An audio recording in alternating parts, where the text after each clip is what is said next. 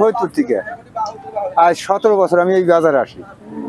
17 বছর এই জায়গায় আমরা নিরাপত্তা পাই, ভালো পাই, তার জন্য হলো আমরা এই জায়গায় আসি। তাই আমরা এখনো গরু বেচা কেনা করিনি, দাম দর হইতেছি, বেচা কেনা করবো আশা করতেছি। এখন এরা আমরা দাম চালি, এরা কইতেছে বেশি হইতেছে, কিন্তু আমাদের কাছে তো বেশি হইতেছে না। আমরা তো কিনে আনছি, ধরেন আমরা কিনে আনছি 30,000 টাকা মন, মানে হেরা যদি কয় 20,000 টাকা মন, সেই গরু বিক্রি হয়, তাহলে ওই গরু বিক্রি করা যায় না।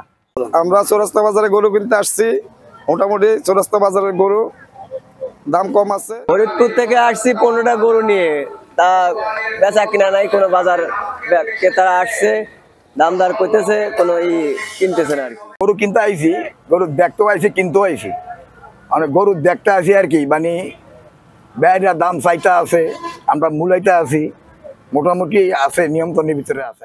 বর্তমান বাজারে দেখতে আছে এবং কিন্তু গরু কিনতে আছে না, কিন্তু গরু গত 2 বছর সস্তা পাও নেই, এই বছর ওই সস্তা বলায়, কিন্তু খের ভুসি এবং খাদ্যের দামের কারণে আমাদের টাকা আর গরু মিলে না। তখন যদি আল্লাহ আমগরে দেয় এবার তাহলে গরু তেমন কিনা বেচা হয় না। আমি 116 পিস আনছি, বিক্রি করছি ওরা 25টার মতো। হ্যাঁ, এই হালকা পাতলা কিছু ব্যবসা হয়েছে, কোনো চালান হয়েছে, কোনো বেচা লাইতেছে না, আগে বেচা কমাই দেবো, মাল তো বেশ। চৌরাস্তা চাঁদপুর জেলার ভিতরে একটা ঐতিহ্যবাহী বাজার।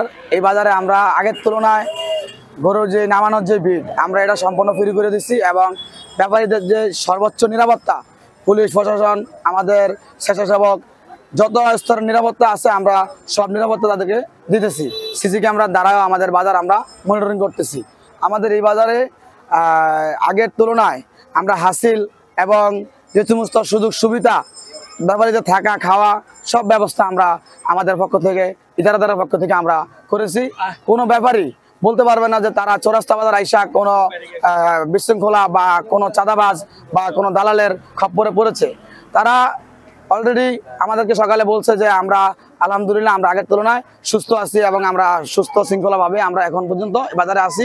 আমরা অনেক নিরাপত্তা যোদ্ধার আমরা দেখছি। আমরা আপনাদের কাছ থেকে সবসময় এটাই আশা করি। এই ঈদে জামা জুতো অ্যাক্সেসরিজের ডিসকাউন্ট।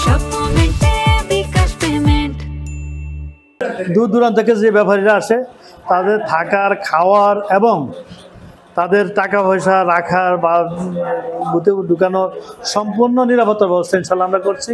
তারা যেন নির্বিঘ্নে তাদের টাকা পয়সা জায়গায় জায়গায় পাঠাতে পারে সে ব্যবস্থা করতেছি। আর রাস্তাঘাটে যানজট যেন না হয় সেজন্য আমরা আমাদের ভলান্টিয়ার রাখছি। আপনারা দেখেন, আপনারা দেখছেন, নিশ্চয়ই দেখছেন যে রাস্তাঘাটে ইনশাল্লাহ এবার কেউ বলতে পারবে না যে গরুর বাজারের কারণে একটা সেকেন্ড কোনো গাড়ি লেট করছে। আমরা সে ব্যবস্থা ইনশাল্লাহ করছি। সর্বোপরি আমাদের আইন শৃঙ্খলা ব্যবস্থা ইনশাল্লাহ খুব ভালো আছে। আমরা পুলিশ বাহিনী, প্রশাসন আমাদের সর্বাত্মক সহায়তা করতেছে ইনশাল্লাহ। আমরাও সেই ওনাদের সাথে সহায়তা করিয়া আমরা ইনশাল্লাহ আইন শৃঙ্খলা ঠিক রাখছি।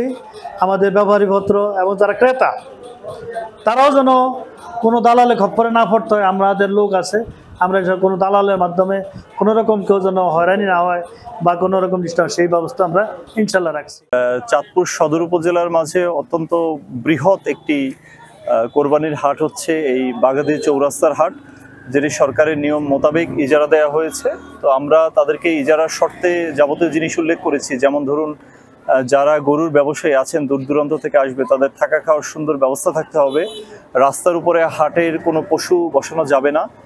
তারপর জাল নোট শনাক্তকরণের জন্য মেশিন থাকতে হবে এবং সার্বিক স্বেচ্ছাসেবী রাখতে হবে, যাতে করে একজন ক্রেতা এবং বিক্রেতা উভয়ের জন্যই সহজ হয় এই পবিত্র ঈদুল আজহা উপলক্ষে পশু কেনা এবং বিক্রয় করার যে বিষয়টি। তো আমরা এখানে এসে দেখেছি যে এখানকার পরিবেশ আমাদের কাছে সন্তোষজনকই মনে হয়েছে।